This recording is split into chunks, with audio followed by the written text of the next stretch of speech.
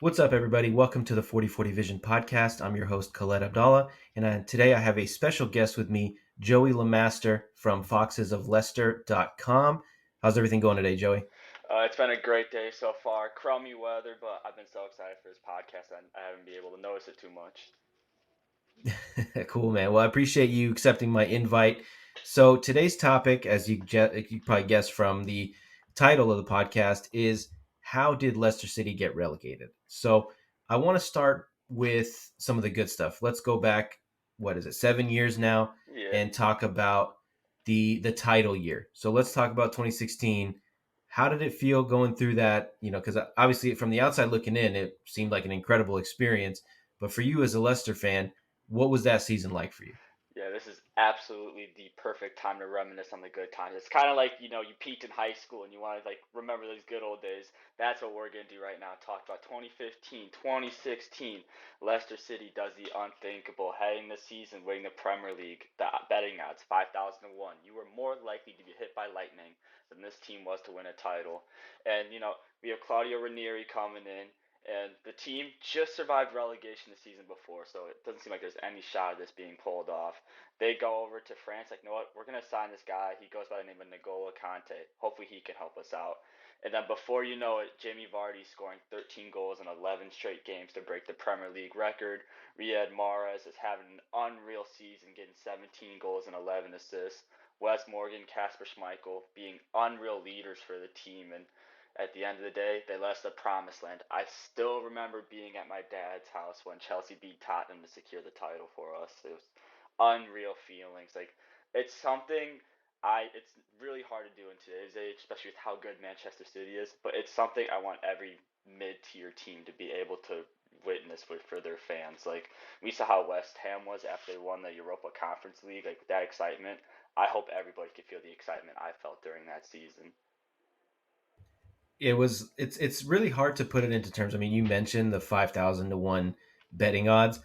I don't know if I've ever seen that at any level of professional sports. I mean, No. at least not in the US, just because there isn't this massive gulf in finances and things like that. Obviously, we don't have relegation here, so you're talking about, at least in the US, I don't know if that's ever happened. I'll have to look this up because I'm really curious. But just, it was definitely, we can say probably with like a 95% degree of certainty, this is like the biggest Cinderella story Yeah, in the history absolutely. of sports. Yeah, because if we're Because looking at the you got Leicester. yeah, yeah, if you look at the Yeah, go Miami ahead. Heat, for example, they were like 100 to 1 to make it to the finals, and Leicester was 5,000 to 1 to make it this far. So if that puts anything into perspective on how unreal of a moment this was for not just Leicester fans, but every football fan in general to witness something as insane as this.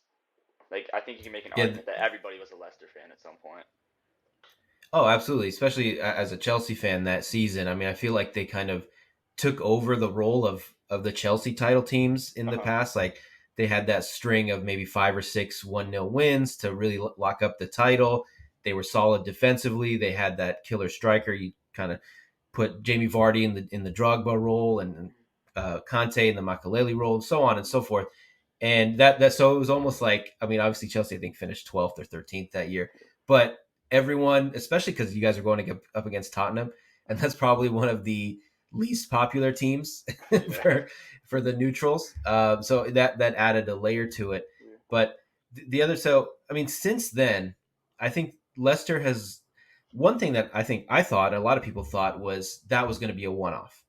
They Oh. were going to win that title, Mhm. maybe like the Bolton teams in the mid '90s. They would fade off into obscurity, but since then they've done really well. They've been one of the better teams in the Premier Yeah. League. So what drove that change from, like you said, barely surviving relegation in 2014 to being a perennial like top 5, top 10 team in the league?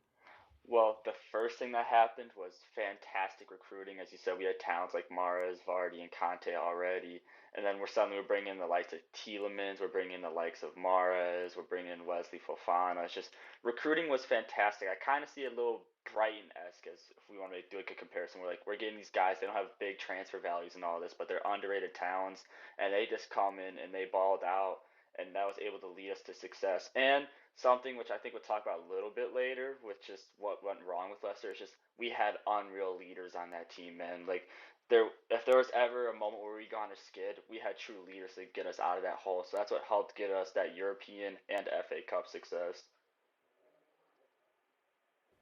The FA Cup success, that was what, 2020, and Mhm. then I believe you guys both got to the semis or the quarterfinals in both the Europa League and the Champions League. So this was like the golden era, right, of Leicester City.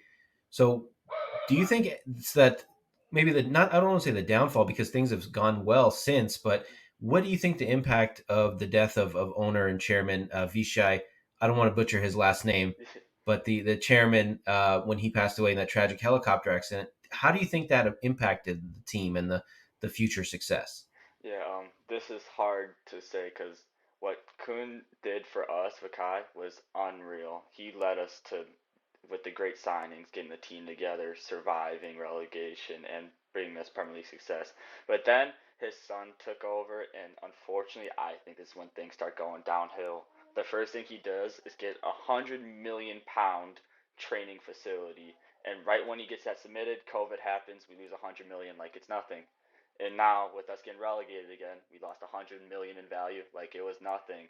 It's just ever since his son took over, it's just we've lost so much money, and signings have been nowhere near the quality they needed to be. And when we needed a true leader, whether it came to management or players, he just failed to give us the resources we needed. So the death of our true owner, Vakai, it hurt, absolutely hurt so much, and he will forever be remembered the success he gave us, and I hope we can get back to the Premier League so his legacy can continue.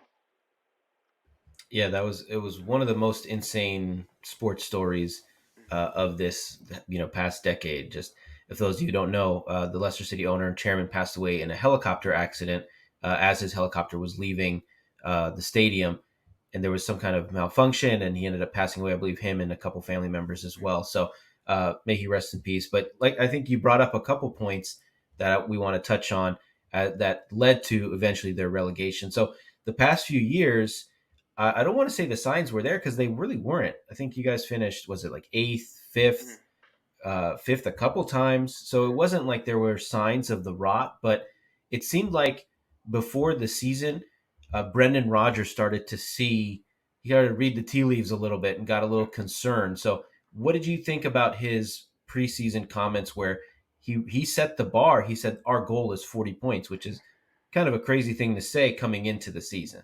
Yeah, absolutely. I was going through my Twitter when we got relegated, and I remember seeing towards the end of last season, I was like, "Oh, Rogers may start to be his time to go."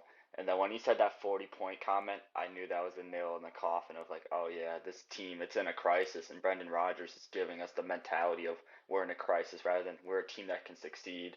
And his prolonged staying, I believe, is what hurt us in the ending because I'm looking at teams like I remember Wolves and Aston Villa. They were in the relegation battle towards the start of the season. They sacked their managers. Wolves survive, and Aston Villa they even get European status. Like, and then who else am I forgetting? One more. It was Everton. Yeah, duh. They sacked Frank Lampard in January and bring in Sam Dyche, and suddenly they're surviving relegation on the last day. So with Leicester, with their big mistake being with Brendan Rodgers, who had zero mentality at all and just giving Dean Smith 8 games to work with. I believe that was one of the big flaws on why we saw relegation. So why didn't they fire Brendan Rodgers sooner? What led to him sticking around till, like you said, till 30 games in the season when you guys were pretty deep into the relegation battle already? Yeah, it's not too far back, but I just want to say nostalgia and the friendship he had with management. Because like Brendan Rodgers, he led us to an FA Cup win. He got us a couple top five finishes, and it's like, oh, he did this for us. This is a guy we still have to believe, and we can't give him a short run. He can get us out of it. But with him being such close friends with the management, they kept seeing that what happened from the past, like, oh, we can be back. We'll be back. You don't got to worry about this. And unfortunately, in the game of football, management or coaches, they don't last as long as they do in other leagues, and so at some point, you gotta be ready to move on. It's just we were not ready to do that, and that is what hurt us majorly. I think part of it is also he's a big name, right? I mean, in the past success, it makes sense that they probably give him a little bit of a longer leash, give him a little bit more rope. But I would agree that I think the they probably would not or should not have fired him, obviously, in the beginning of the season or preseason, even though he had a negative mentality. But I think there was a window, perhaps before the World Cup, where they could have let him go. I think you guys were already in the relegation zone Yep. before the World Cup, and that would have given the team, adequate time to find a good replacement and be able to instill whatever new playing style. Because I think one of the criticisms was with only those 8 games that Dean Smith had, it just wasn't enough time for him to make the necessary changes that he wanted to make. Would you agree with that? Yeah, absolutely. 8 games isn't enough for anybody, and with the time range that we had, like normally when you're in 13th, like oh, I don't really gotta worry about relegation. No, we're doing fine. But when we're in 13th, we're only 1 point above relegation zone. I don't think we realized how serious of a battle we were in at the time, and yeah, it led to our downfall, thinking we were okay when we were not. Because that's the mentality you had this season. Like, yeah, we're in a struggle, but we're gonna be okay. We have so much talent on this team. We have nothing to worry about. We have a big name manager, and as we can see where it led to today, that was just not the right mentality to have with this team at all. I think you guys and Everton had a very similar attitude to things. They just happened to survive, but it was both like we're a big name club. I mean, Everton for a long time were a top 6, top 7 club. They had high expectations, and it almost seemed like that what the documentary "Too Big to Fail" type Yeah, thing, where it was like, no, we're Leicester City. We can't get relegated. It's impossible yeah, until it isn't. You know what I mean? So one thing that you talked about was the recruitment and the incredible like hidden gems you guys were able to find. I think Jamie Vardy is a Leicester lifer, but guys like Conte, Wes Morgan, Mahrez, even like lesser known guys, Danny Drinkwater, etc., that were huge parts of the success from 2016 on. And again, some of the other guys you mentioned, Fofana, Tielemans, etc. So what changed? Why weren't you guys able to replicate that same success in recent years? What happened? Was it the death of the owner? Was it something else? I just have to be brutally honest. It's just our failure to bring in good talents. I look at the past 2 seasons of our signings. I think you can, well, not make an argument. I think it's 100% honest that we had the two worst transfer windows out of any Premier League club.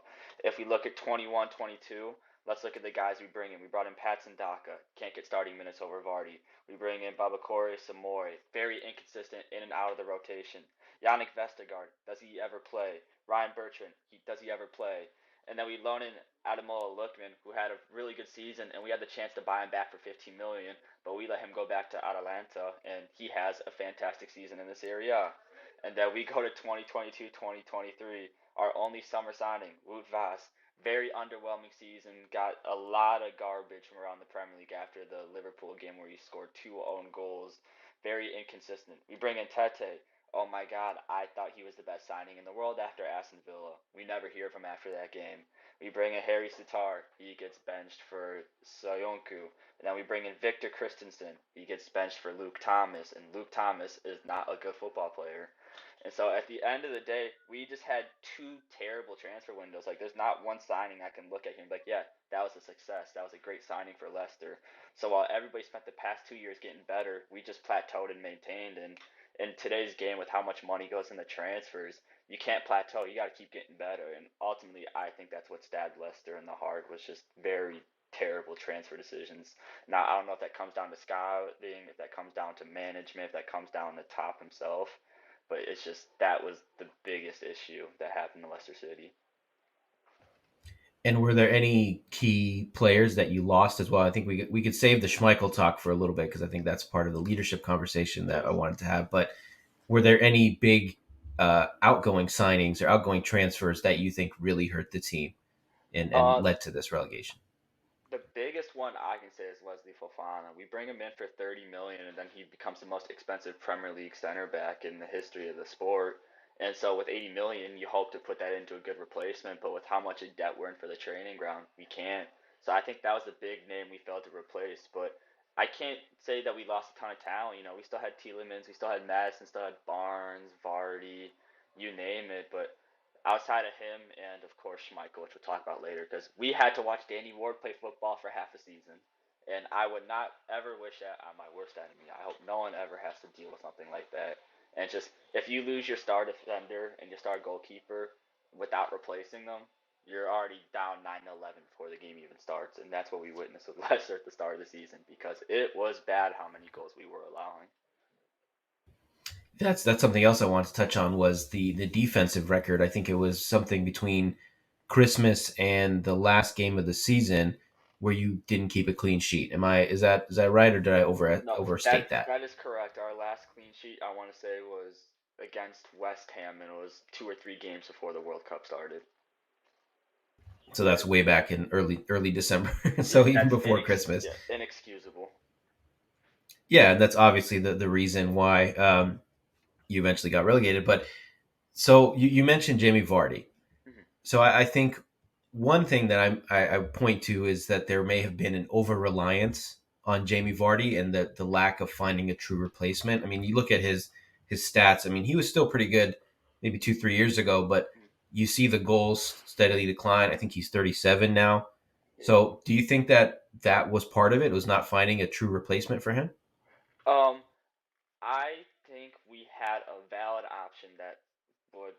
I love Iheanacho with every bit of my heart because I believe Leicester played his best football with him. Because Jamie Vardy's biggest issue I do too. I'm a big fan of his. is Yeah. the only thing Vardy was good at is getting the ball in the back of the net. If you didn't give him a through ball that wasn't in front of goal, Vardy was kind of useless this season. As much as I love him, wearing his kit right now, but if Vardy did not have the ball in front of goal, it wasn't going in. He wasn't giving you link up play, and he would kind of be a ghost in some scenarios. But when Ian Nacho would come into the game, he had some of the best link up players, strikers in the Premier League, and it's just the ball would be moving. We had a lot more going on for us. And Iheanacho, he had like 5 goals and 4 assists this season, I believe, but it's more than outside of those stats. Like he was creating openings and opportunities that we need. It's just not everything got finished. So I think we missed having a striker like that towards the end of the season, or towards the past couple seasons, I should say.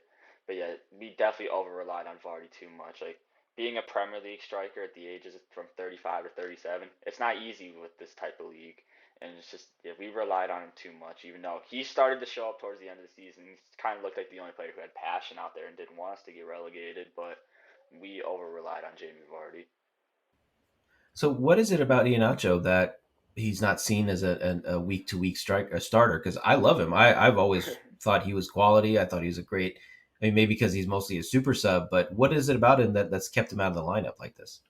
Yeah, that's a really good question, and I unfortunately will never have an answer for it. Because if you look at his FA Cup run, he is the reason we won the FA Cup. We had 2 games of 1-0 towards the end, and he scored both goals. He was the second leading scorer in the tournament, and I think he was up there for assists as well. I don't remember what his exact ranking was, but he won us an FA Cup himself when we needed a striker to get in there and give us the big moments this season. It was Iheanacho. I will never understand why he wasn't the player starting.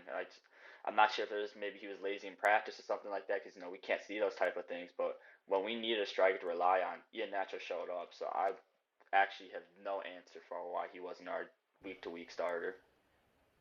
Yeah, maybe it's the same reason that they didn't fire Brendan Rodgers is because they have that history with Vardy and the Mm-hmm. incredible seasons he's had. I think it's hard to replace like an all time great in the team. It's hard to make that move, especially if he's still pretty decent. But when guys get up there in age, it's hard to produce on a weekly basis. So I think maybe that's part of it. What do you think? Issue that I saw is with the striker position, it's the one where age is just going to simply catch up to you the most. Like, it's hard to run back and forth at such an older age. Like, I believe there's positions in the Premier League, like at center back or goalkeeper, where you can see these older players last as long, such as like Thiago Silva or Tim Ream, like where they're still playing at a pretty high level. But when it comes to being a striker and you got to be pacey, you got to get past all these defenders and midfielders and run for 90 minutes, it's just not that easy. And unfortunately, I believe age was catching up to Jamie Vardy, and that's something we witnessed with our own eyes.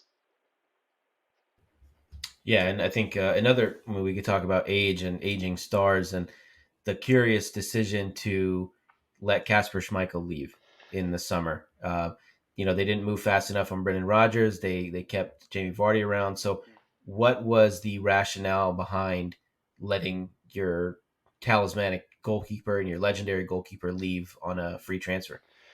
Yeah, so one issue is just kind of in the hole we were in with just needing to pay for stadiums. We didn't want to give Schmeichel the fat contract, which I disagree with. That's just the mentality of management. And for some reason, Brendan Rodgers has had such a strong belief in Danny Ward. It's like, oh, if we lose Schmeichel on a free, we're not going to lose any quality, which is such an outrageous statement to say at this point now. But I don't know, Danny Ward was really impressing, and just unfortunately didn't impress during the season. So obviously the impact on the field was felt pretty quickly with the drop off between Kasper Schmeichel in terms of the actual play and the quality from the goalkeeper. So what about the leadership aspect? You brought that up as well, that you used to have great leadership on the field with Wes Morgan and Schmeichel, et cetera, et cetera. So who was kind of called on to fill that void and who wasn't able to fill that void? Well, I believe our options were Yori Tielemans and James Madison. They're our two best players. They were here during our success in the FA Cup, and they're top quality players. But you can just kind of tell towards the season, it's like, I'm just gonna leave, man. This isn't worth it. I don't care anymore. And when you're in that type of situation, you gotta fight for your team. Like, listen, we have way too much quality to be in this position. We gotta keep fighting. We know we're better than these guys. And unfortunately, our stars, they're just like, all right, I'm just ready to leave. I want the season to end. And so when we relied on them, they didn't give us the leadership we needed, and that was such a massive hole not having a true leader on the team. Very underrated aspect of the sport. Oh, absolutely. Yeah. I mean, you can, and the thing is, what I think a lot of people may assume is that your best player is automatically going to be your captain and your leader, and they're going to be the ones that are the galvanizing force behind the team. But I think in a lot of cases, it's not really the case because it's usually the most senior guy or someone that has a real deep connection to the club because it's hit or miss, right? You can make a signing and a guy cannot really care Mm-hmm. about the club. It's just a job, or he might see it as a stepping stone. And then there's other guys that you might bring in like Schmeichel, like Vardy, that are going to be, loyal to the club to the core, and of course that's going to affect their leadership ability. So, were there any other factors that you could point to that caused relegation? I mean, we've covered the leaky defense, covered lack of leadership, Brendan Rodgers, poor performance from new signings. Is there anything else that you can think of? Um, it's something I could blame on Rodgers and a little bit of Dean Smith, even though he didn't have enough time. It's just tactics sucked. Like I remember against Arsenal, our expected goal was actually 0.00. That's the first time it's ever happened in Premier League history. That's inexcusable. Or you didn't even have a threat of getting a shot on target. And there's so many times our midfielders would be too far up, our defensive line would be too open, leading to easy goals and easy counterattacks. And I think tactics weren't there with a team as weak defensively as we was. We need as much help defensively as possible, and neither managers really seemed to appear to care about that. Aside Dean Smith in his first game when he played a five back, and I believe with us not being able to replace our defenders, we need to get as much defensive help as possible. And as you can see by all the score lines, we did not do that. Like we let Fulham score five, Tottenham scored six.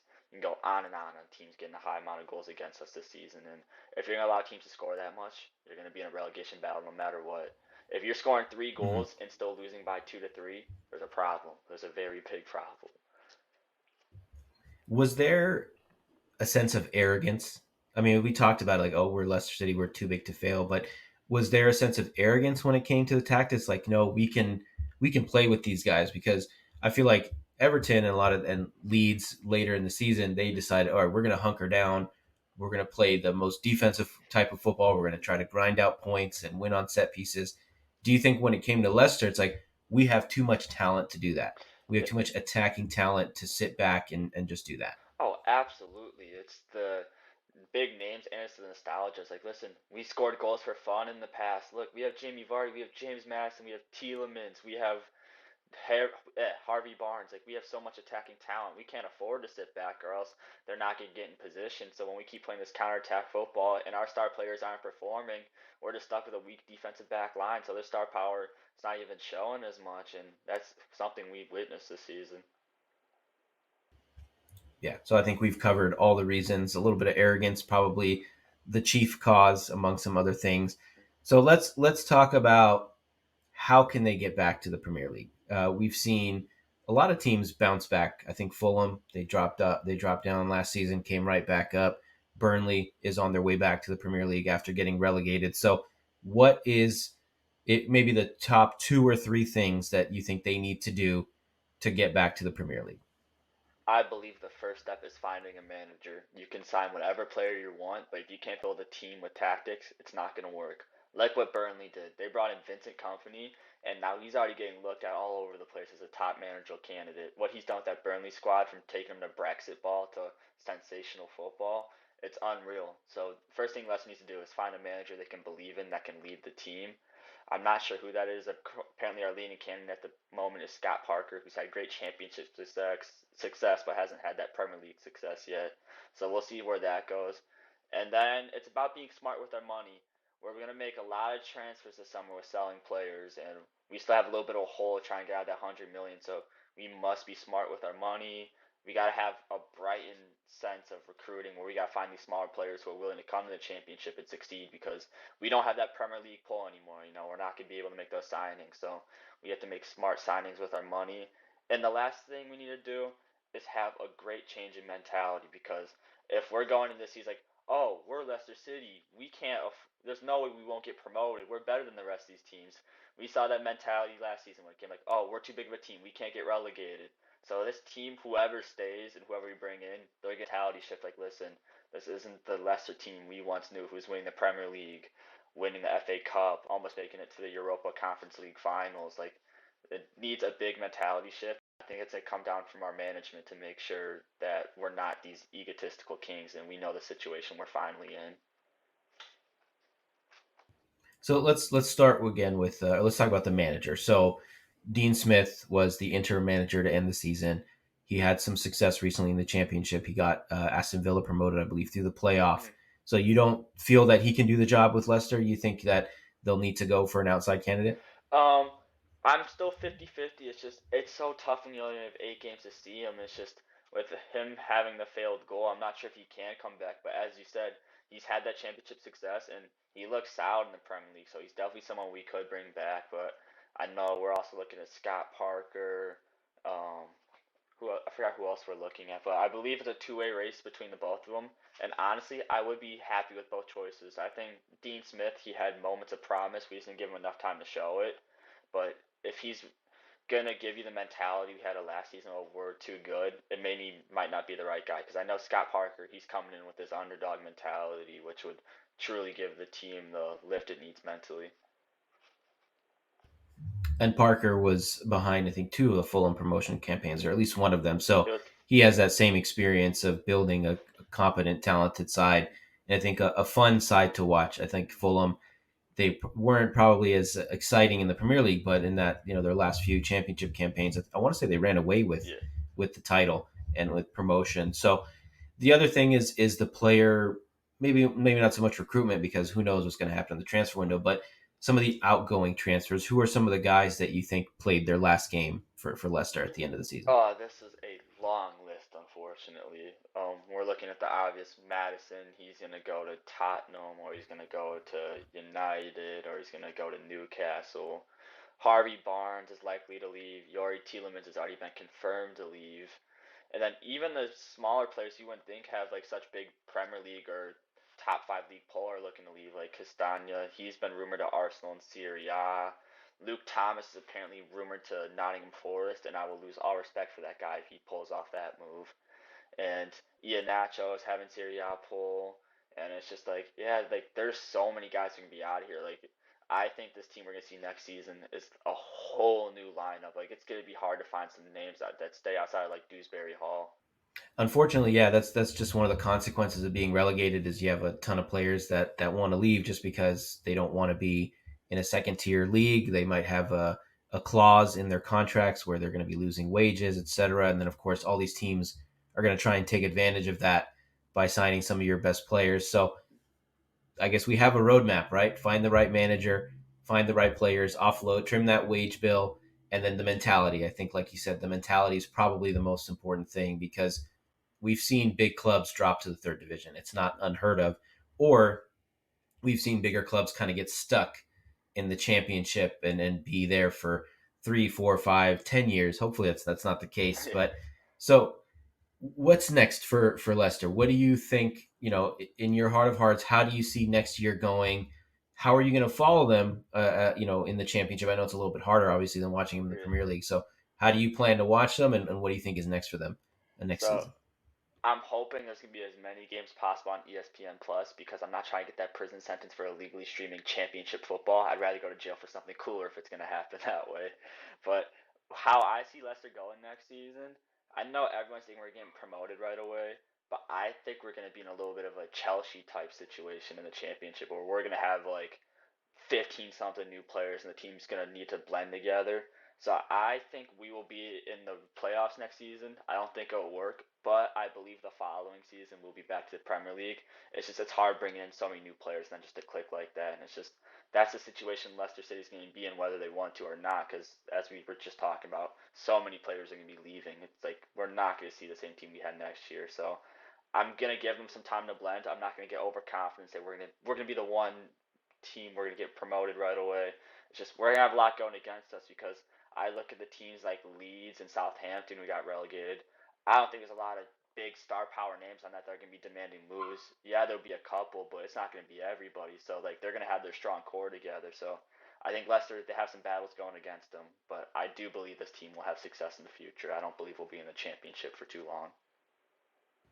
I mean, there's the benefit, right, of the additional games in the championship. I think they play 46 games, so it's a little bit of a longer season to be able to stack up the points. But the point that you brought up about the other two teams that got relegated, those are, I don't want to say they're not giants. I wouldn't say. I mean, Leeds was in the championship for a long time, but they also have a bigger club mentality. I think with the new ownership, Southampton was in the Premier League for a long time, Mm-hmm. so I think they're going to be pushing you guys, and of course, whoever else is in the championship that Yeah. missed out on promotion. So it'll be a tough battle. I'll be following them. Just from a human interest perspective, they'll probably be on the top of my FOP score sheet every week Let's just to go. see what's going on with them. So where can we find your work? Are you and you're going to be covering the team, I assume, next year as well. So where can we find your work on social and online? All right, so I do a lot of live reactions to games on Twitter, so you'll find me there. Joey TM LeMaster, Joey the Master, Lee Master. It's thought it was a little quirky nickname. And then all of my articles are uploaded to foxesofleicester.com. We are working with Fansided, and that is the Leicester website. We have plenty of great writers there, not including myself. But if you enjoy what I say today, you will find all of my articles up there. Yeah, I don't know if you know, but I actually founded that site in a previous life. Wait, what? Yeah, I was the editorial director at Fansided Soccer, No and way. one of my goals was to expand the division as much as possible. So when I first started, there was like I think maybe 8 sites, all the ones you'd expect, or maybe not even that, maybe like 4 sites. I started the Uh-huh. Chelsea one, Pride of London, Okay. but there was already Hotspur HQ, Red Devil Armada. Uh-huh. I want to say Pain in the Arsenal, a couple other ones, but over the years, I started Foxes of Leicester. I started the Southampton site, the Chelsea or the Real Madrid site, Barcelona, etc. So it's exciting for me when I reached out to you guys to see the following that you guys have built, and it's gone from just another fan sided site to like a real Leicester hub for the fans to go. So congratulations on your hard work there and the Well, following you've built. well, So thank you so much for everything you've done for us because we do have quite the platform. I think we'll have the biggest championship platform of all of the leagues, so I can't complain. yeah, there you go. And hopefully you're raking in the page views and the money that comes with it. You and Thomas, your site expert. So thank you, Joey. Appreciate your time today, man. You can find please make sure to leave a review Of and course. subscribe wherever you're listening to this podcast. You can find us on all social media platforms at 4040 Vision Pod. That's Instagram, YouTube, Twitter, etc. Make sure to follow, like, and subscribe. Thanks for your time, everybody. Thanks, Joey. Thank you.